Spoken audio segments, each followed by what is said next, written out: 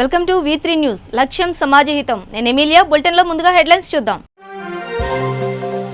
పాడి రైతుల సంక్షేమానికి ప్రభుత్వం కట్టుబడి ఉంది. వర్ణి వ్యవసాయ మార్కెట్లో అభివృద్ధి పనులకు శంకుస్థాపన చేసిన స్పీకర్ పోచారం. నాసిరకంగా నిర్మిస్తున్న డబుల్ బెడ్రూమ్ ఇండ్లు. జోగులాంబ, గద్వాల జిల్లాలో ఇండ్ల నిర్మాణాలు పరిశీలించిన బీజేపీ నేత డీకే అరుణ.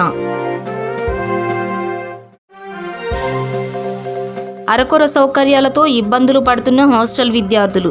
రంగారెడ్డి జిల్లా ఇబ్రహీంపట్నంలో ఆందోళనకు దిగిన బీసీ హాస్టల్ విద్యార్థులు.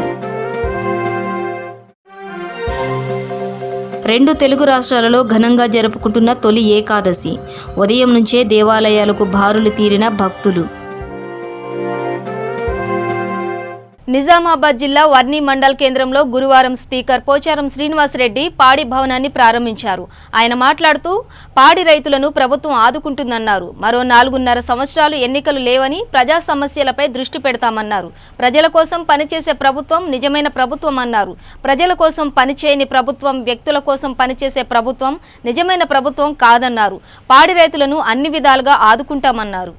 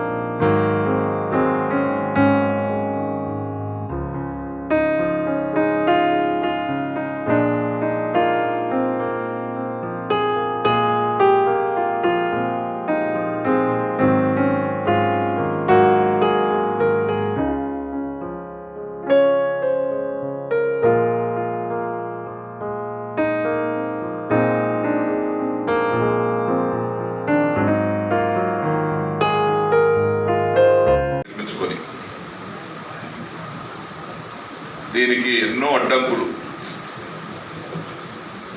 స్థలము పోచారం శ్రీనివాసరెడ్డి ఇచ్చింది కాదు, సర్పంచ్ ఇచ్చింది కాదు.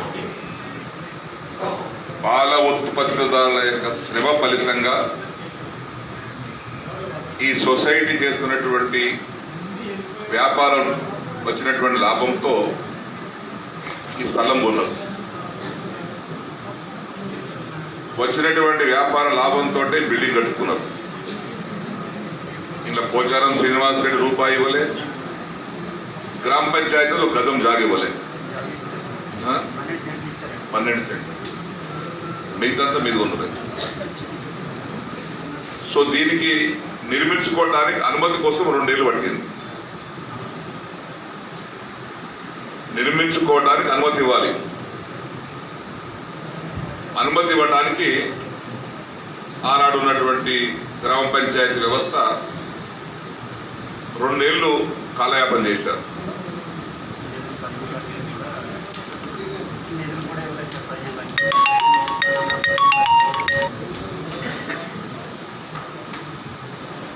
నేను 2009-2014 మధ్య కాలంలో ఎమ్మెల్యేగా ఉన్నప్పుడు ఆనాడు డైరీ ఎండితో వచ్చి ఇక్కడ మనం పూజ చేశాం. 2009-14 మధ్యన ఎప్పుడో ఒక తేదీ ఈ స్థలంలో నిర్మించుకోవడానికి అనుమతి కోరితే అనుమతి రాకపోవడం వల్ల, గ్రామ పంచాయతీ వాళ్ళు చేసినటువంటి కాలయాపన వల్ల ఖర్చు పెరిగింది, కాలం వృధా అయింది.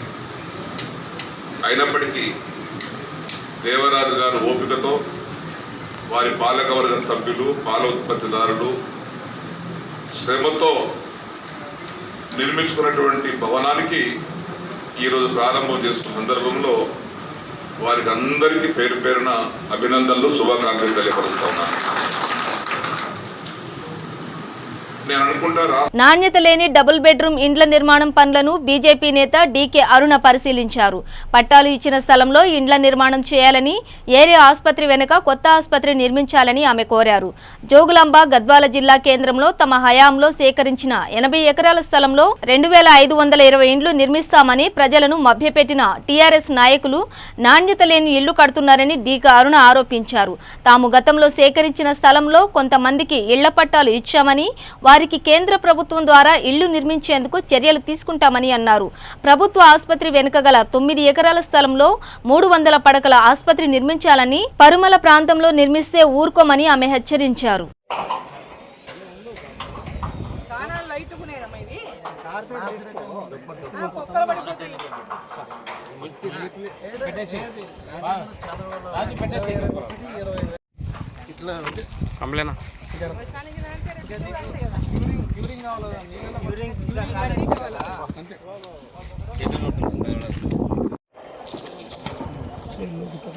బీద ప్రజలకు 2 బెడ్రూమ్ల ఇల్లు అని చెప్పి బీద ప్రజల యొక్క కళల లోపల వాళ్ళ కళలను నిజం చేయకపోగా వాళ్ళ ఇంట్లో ఉంటే ఎన్ని రోజులకు ఆ ఇల్లు పడిపోతుందో, ఎన్ని రోజులకు గోడలు నీళ్లు కారుతా కూడా తెలియనటువంటి పరిస్థితిలో నిర్మాణం జరుగుతుంది. ఇక్కడ ఈరోజు ఇటుకలు చూస్తే ఇట్లా కింద పడేస్తే 2 ముక్కలు 4 ముక్కలు అయిపోతున్నాయి. ఇలా డోర్లు పెట్టడానికి ఇంకా చౌకట్లు పెట్టి మెయిన్ డోర్ చౌకట్లు, ఆ ఒక్కొక్క చౌకట్ ఇట్లా లేపితే లేస్తుంది. అల్లం తలకగా ఉంది, అంత వెయిట్లెస్ రేకులు చిన్న గంట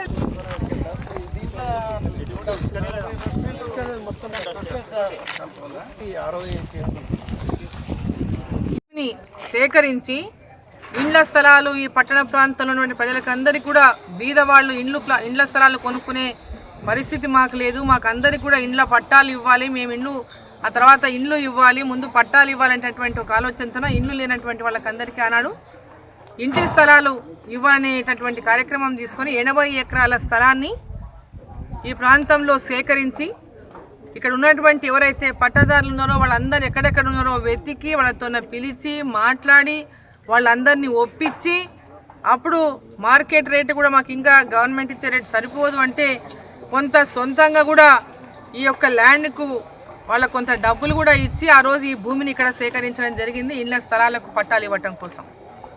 ఆ రోజు ఇండ్ల స్థలాలు దాదాపు 1400 మందికి 40 ఎకరాల్లో పట్టాలు డిస్ట్రిబ్యూషన్ కూడా చేయడం జరిగింది.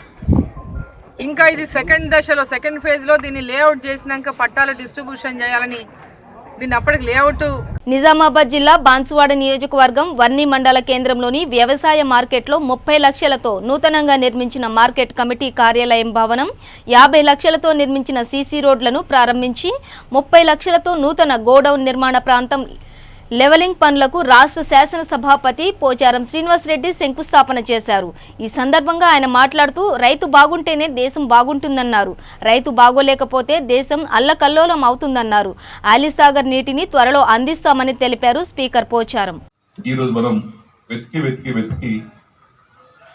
ఇప్పుడు ప్రాణాయిత నది జీవనది. మన ఇక్కడ కరువు ఉంది, వర్షాలు లేవు.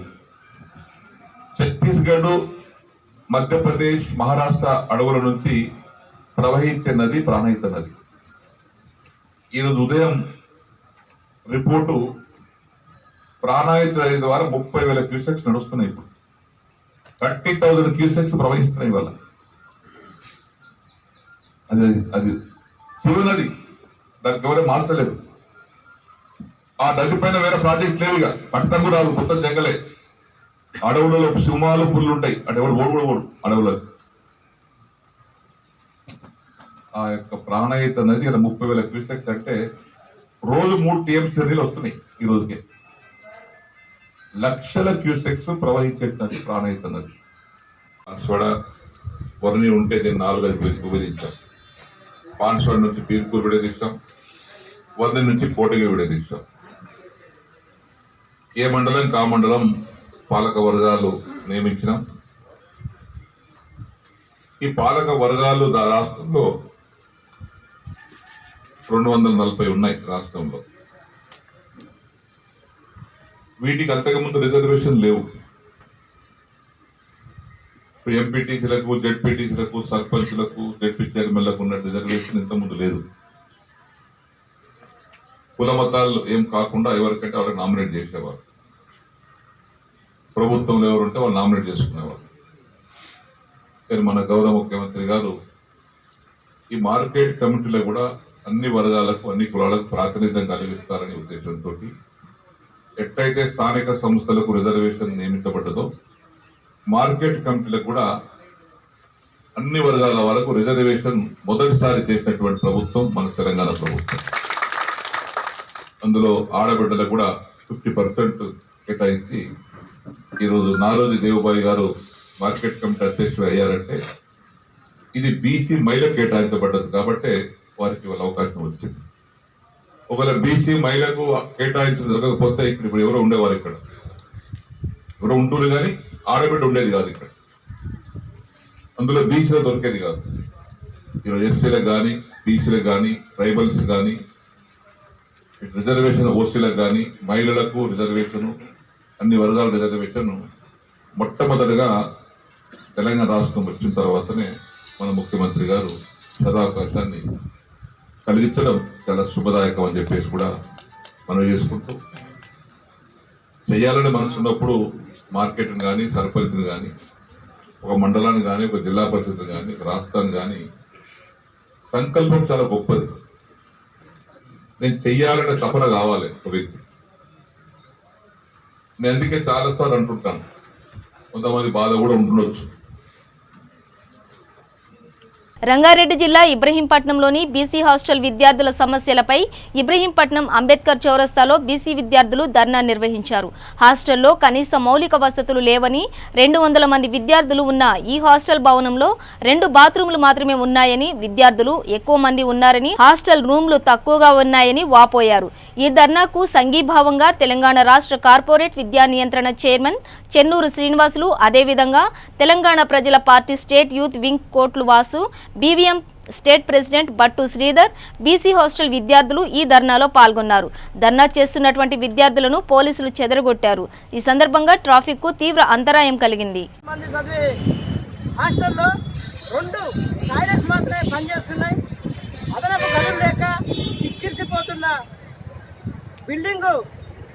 వర్షం వస్తే చుట్టూ ఆవాసంలో మొత్తం మందులు, వర్షపు నీరు, వాటర్ లేకపోవడం, ఈ రోజు విద్యార్థులు తినే ఆహారాన్ని తగ్గించుకొని వాటర్ వేయించుకోవడం కూడా ఇలా సిగ్గుచేటు. ఈరోజు మనం తెలంగాణ రాష్ట్రం వస్తే మన పాలన మనకు ఉంటుంది. మనం విద్యా సంస్థలని అభివృద్ధి చేసుకోవచ్చు, ఆంధ్ర విద్యా సంస్థలని పారదోలొచ్చు, మన సంస్థని మనం అభివృద్ధి చేసుకోవచ్చు అనుకుంటే ఈరోజు తెలంగాణ వచ్చి 7 సంవత్సరాలు అవుతున్నా కానీ వీళ్ళ హాస్టళ్ళు మొత్తం బీసీ హాస్టళ్ళు, పేద పిల్లలు, పేద బడుగు బలైన వర్గాల చదువుకునే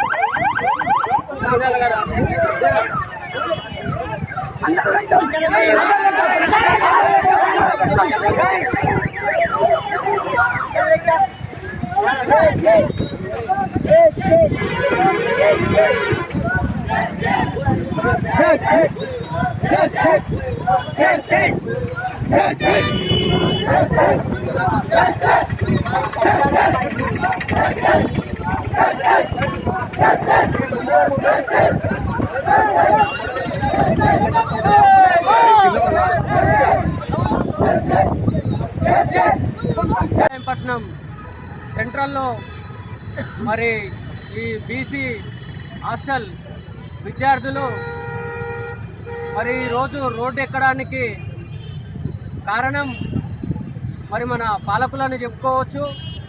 పాలకులు, అధికారులు మరి తెలంగాణ రాష్ట్రం తెచ్చుకున్నాక కేజీ టు పీజీ విద్య అన్నారు.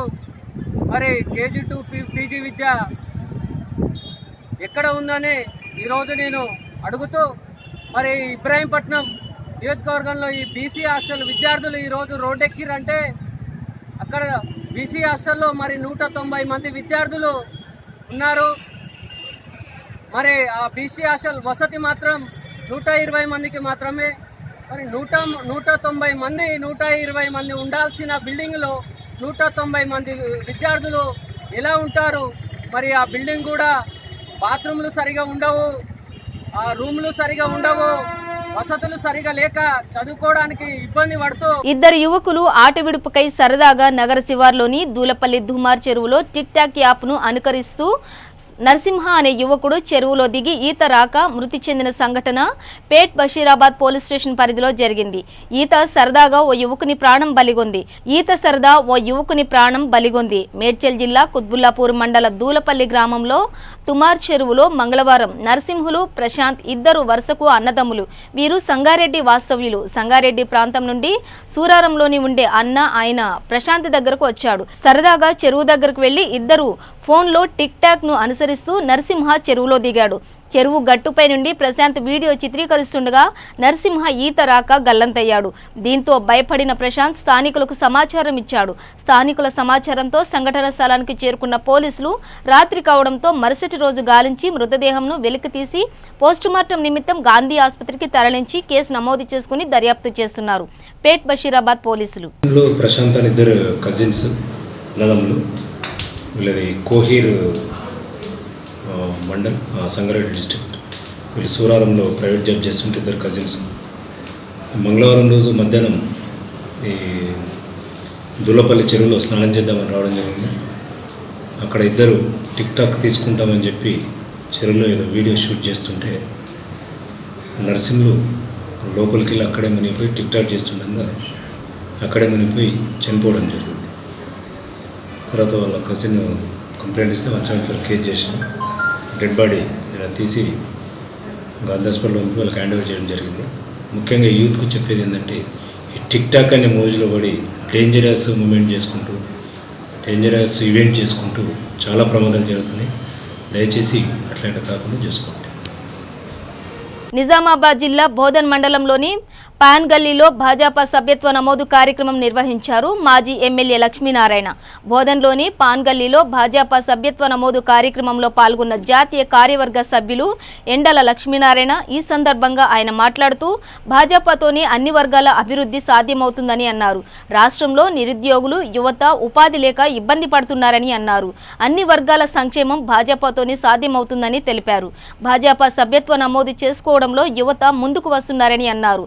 2023 నాటికి రాష్ట్రంలో భాజపా అధికారంలోకి రానుందని ధీమా వ్యక్తం చేశారు. అంతేకాక పురపాలక ఎన్నికలలో కూడా విజయం సాధించాలని అన్నారు. ఈ కార్యక్రమంలో బీజేపీ నాయకులు నరసింహారెడ్డి, గోపాల్ తదితరులు పాల్గొన్నారు. శక్కర్ నగర్ చక్కెర కర్మాగార్, నిజాం డక్కన్ షుగర్స్ లిమిటెడ్ 5,000 మంది ఒక దశలో పనిచేసినటువంటి చక్కెర కర్మాగారం.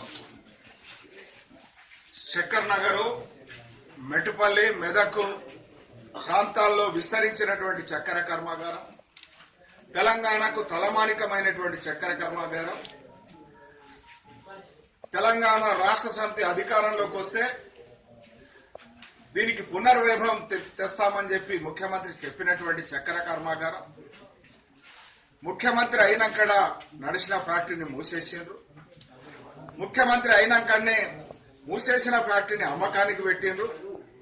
అసలు తెలంగాణ ప్రజల గౌరవాన్ని తుంగలో తొక్కేటువంటి రీతిలో ఈ ముఖ్యమంత్రి వ్యవహరిస్తా ఉన్నాడు. ఇవాళ ముఖ్యమంత్రి కూతురికి ఈ పార్లమెంటు నియోజకవర్గంలో పరాభవం జరిగింది.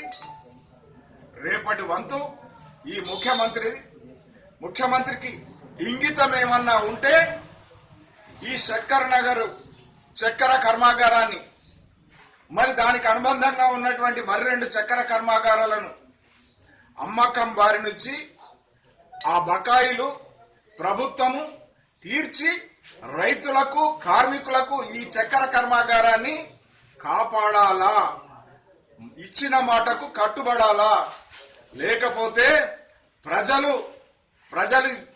ప్రజల నుంచి వెల్లువెత్తే ఆగ్రహానికి ఈ రాష్ట్ర ప్రభుత్వం రాబోయేటువంటి రోజుల్లో తమ ప్రభుత్వాన్ని బలిపెట్టక తప్పదు అని హెచ్చరిస్తారు. జోగులాంబ గద్వాల జిల్లాలో హరితహారంలో భాగంగా మలకల్ మండలం బిజ్జారం గ్రామాల్లో జిల్లా పరిషత్ ఉన్నత పాఠశాలలో చెట్లు నాటడం జరిగింది. మల్దకల్ మండలం జెడ్పీటీసీ వై ప్రభాకర్ రెడ్డి, మలకల్ మండల ఎంపీపీ వై రాజారెడ్డి, బిజ్వారం గ్రామ ఎంపీటీసీ రూత్ అమ్మగారు మరియు గ్రామ సర్పంచ్ లక్ష్మణ, మల్దకల్ మండల ఎక్స్ ఎంపీపీ సత్యరెడ్డి, హెచ్ఎం విజయప్రభ, ఉపాధ్యాయులు, విద్యార్థులు పాల్గొన్నారు.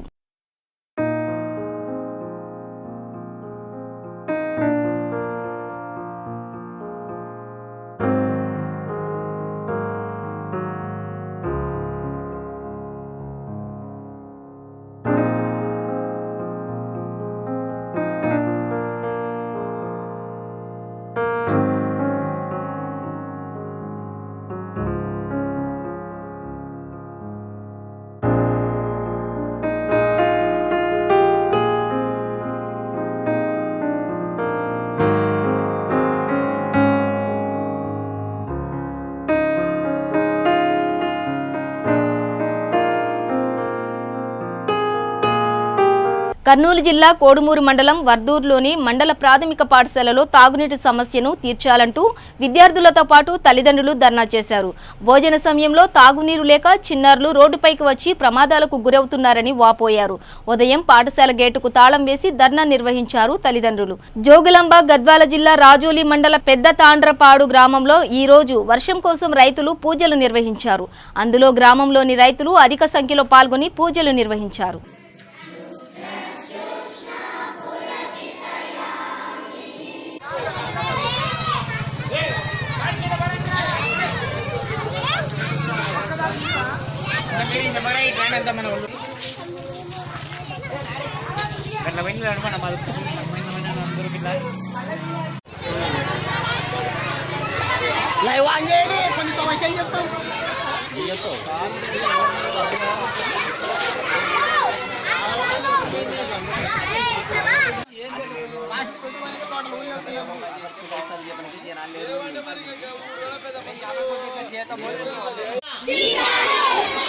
విద్యార్థులకు తాగునీటి సమస్య, విద్యార్థులకు తాగునీటి సమస్య,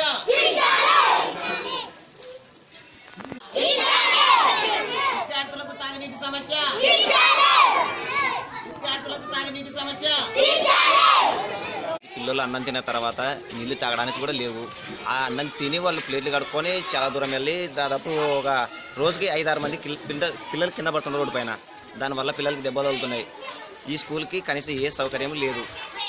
మాకు చాలా ఇబ్బంది పడుతున్నారు పిల్లలు. దయచేసి అధికారులకు ఎన్నిసార్లు కంప్లైంట్ ఇచ్చి వచ్చినా కూడా మా పిల్లలు ఈ స్కూల్కి అనేది ఏం రావడం లేదు. వాటర్ అనేది ఇక్కడ ఏం ట్యాంక్ ఏం లేదా? ఇక్కడ ఏమి లేదు, ఏ సౌకర్యం లేదు. ఉన్న బోరింగ్ కూడా అది ఉప్పులు ఉన్నది, అది కూడా పోయింది. ఉండేది కూడా కడుక్కోవడానికి ఉన్న బోరింగ్ కూడా మొత్తం పోయింది. ఏం లేదు, పనికి రాకుండా ఉండేది ఒకటి ఆధారం ఉండేది, అది కూడా పోయింది. పిల్లలకి ఏం లేదు, పోవాలా ట్యాంక్ దగ్గరికి పోవాలా. నిజామాబాద్ జిల్లా ముష్కాల్ మండలం వేంపల్లి గ్రామంలో శ్రీ వెంకటేశ్వర స్వామి ఆలయంలో తొలి ఏకాదశి పండుగ సందర్భంగా భక్తులు వచ్చి స్వామివారికి పూజలు, అర్చనలు, అభిషేకాలు చేయించారు. ఈ సందర్భంగా ఆలయ ప్రధాన అర్చకులు మరియు వేద పండితులు శ్రీనివాసాచార్యులు మాట్లాడుతూ ఈ రోజున భక్తులు ఉపవాసం ఉండి రాత్రికి జాగారం చేసి మరుసటి రోజు విష్ణుమూర్తిని పూజించినట్లయితే వారికి సకల బాధలు తొలగి అష్ట ఐశ్వర్యాలతో సుఖ సంతోషాలతో ఉంటారని తెలిపారు. అదేవిధంగా తొలి ఏకాదశి యొక్క పురాణం గురించి చెబుతూ ఆషాఢ మాసం ఏకాదశి నాడు శ్రీ విష్ణుమూర్తి పాలకడలిపై యోగ నిద్రలోకి వెళ్లే సందర్భాన్ని తొలి ఏకాదశిగా పరిగణిస్తారు అని, అదేవిధంగా స్వామివారు నిద్రించే రోజు కాబట్టి దీనిని శయన ఏకాదశి అని కూడా అంటారు అని తెలిపారు. లంకణ పరమ ఔషధం అనే ఉపవాస దీక్షకు నాంది ఈ తొలి ఏకాదశి అని ఈ సందర్భంగా తెలియజేశారు.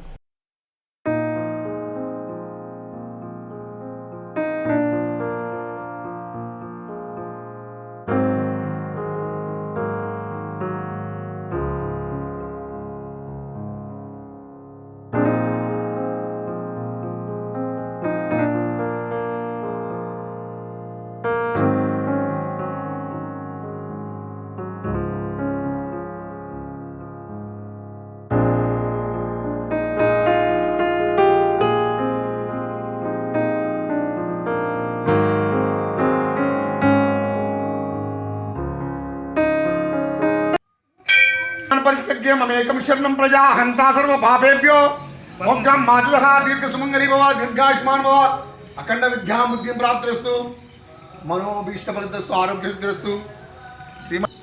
ఓం నమో వెంకటేశాయ. భూదేవి శ్రీదేవి సహిత వెంకటేశ్వర స్వామి దేవాలయం వేంపల్లి యందు ఇది తొలి ఏకాదశి అంటే శయన ఏకాదశి అని అందరూ అంటే స్వామివారు ఈరోజు నుంచి యోగ నిద్రలోకి ప్రవేశిస్తున్నాడు. దక్షిణాయనం ప్రారంభమవుతుంది కనుక ఇప్పుడు అన్నీ మనకు ఇప్పటి నుంచి అన్నీ మనకు పండుగలు స్టార్ట్ అవుతాయి, మొదలవుతాయి. మరి ఈ యొక్క దక్షిణాయనం రోజు స్వామివారు శయనించిందంటే మరి లోక కళ్యాణం, యమధర్మరాజు పరిపాలన మొదలవుతుంది ఇక్కడ నుంచి దక్షిణాయనంలో కూడా. కనుక ఈ 6 నెలలు 6 మాసాలు మనం నిష్ఠా నియమాలతో పూజలు పునస్కారాలతో భగవత్ సేవ చేసుకుంటూ దేవాలయాలకు వస్తూ ధర్మంగా నడుస్తూ ఈ 6 మాసాలు మనకు ఉత్తరాయణ పుణ్యకాలం, మళ్ళా మనకు మకర సంక్రమణం రోజు ఉత్తరాయణ పుణ్యకాలం మొదలవుతుంది. వైకుంఠ ఏకాదశి రోజు స్వామివారు యోగనిద్ర నుంచి లేస్తారు కనుక అప్పుడు 33 కోట్ల దేవతలు వచ్చి స్వామివారిని లేపుతారు. ఈరోజు స్వామివారిని యోగనిద్రలోకి వెళ్ళిపోతున్నాడు కనుక తొలి ఏకాదశి మనకు మహాపర్వదినము కనుక ప్రతి ఒక్కరూ వచ్చి స్వామివారిని కోవెలకు వచ్చి స్వామివారిని సేవిస్తూ స్వామివారి కృపకు పాత్రకాలం కోరుచున్నాము. ఇప్పటికీ మా దేవాలయం వేంపల్లి గ్రామందు ఈ ఒక 5-10 సంవత్సరాల నుంచి ఎంతోమంది భక్తులు ఎక్కడెక్కడి నుంచో వస్తూ ముక్కోటి ఏకాదశి రోజు అయితే మాదొక దేవీప్యమానంగా ఉంటుంది మా గ్రామము, మా దేవాలయం. అదేవిధంగా ఈ తొలి ఏకాదశి రోజు కూడా భక్తులు వస్తూనే ఉంటా అంటారు. స్వామివారిని అర్చించి ఆరాధించి ఆ స్వామివారి కృపకు పాత్రలవుతారు. మరి ఈ శయన ఏకాదశి రోజు స్వామివారిని కీర్తించినా భజించినా ఆయనకు ఈరోజు ఉపవాసం ఎవరైతే చేస్తారో వారికి వారి జన్మ తరిస్తుంది. కనుక భగవంతుని యొక్క ఆరాధన చేస్తూ ఆయనను నమ్ముకున్న వారికి సదా మీ వెంబడి ఉంటాడని చెప్పి ఈ విధంగా మనం చేస్తున్నాము. దక్షిణ సిరిడీగా విరాజిల్లుతున్న సిరిడి సాయిబాబా సంస్థాన్ ట్రస్ట్ దిల్సుఖ్ నగర్లో గురు పౌర్ణమి ఉత్సవాలు ఆదివారం నుండి బుధవారం వరకు అత్యంత వైభవంగా నిర్వహించడం జరుగుతుందని ఆలయ చైర్మన్ గంగాధర్ పేర్కొన్నారు. కలస్థాపన, అఖండ దీపారాధన, భక్తులచే లక్షనామార్చన, సామూహిక గురుపాదుక పూజ, శ్రీ సాయి సత్యవ్రతములు నిర్వహించడం జరుగుతుందని కమిటీ సభ్యులు తెలిపారు. ఈ ఉత్సవాలను పురస్కరించుకొని సంస్థను వివిధ పుష్పములతో రంగురంగుల విద్యుత్ దీపాలతో ప్రత్యేకంగా అలంకరించడం జరుగుతుందని, భక్తుల రద్దీని దృష్టిలో ఉంచుకుని సుమారుగా 80,000 మంది భక్తులకు శ్రీ సాయిబాబా వారిని దర్శించుకునేందుకు సంస్థ తరపున ప్రత్యేక ఏర్పాట్లు చేశామని, సాయిబాబాను దర్శించుటకు అన్నదాతలు, స్త్రీలకు, పురుషులకు విడివిడిగా ప్రత్యేక ఏర్పాట్లు చేస్తున్నామని తెలిపారు. సాయిబాబాని దర్శించుకునేందుకు ప్రభుత్వ ఉన్నత అధికారులు, వివిధ రాజకీయ పార్టీల నాయకులు ఆహ్వానించడం జరుగుతుందని తెలిపారు.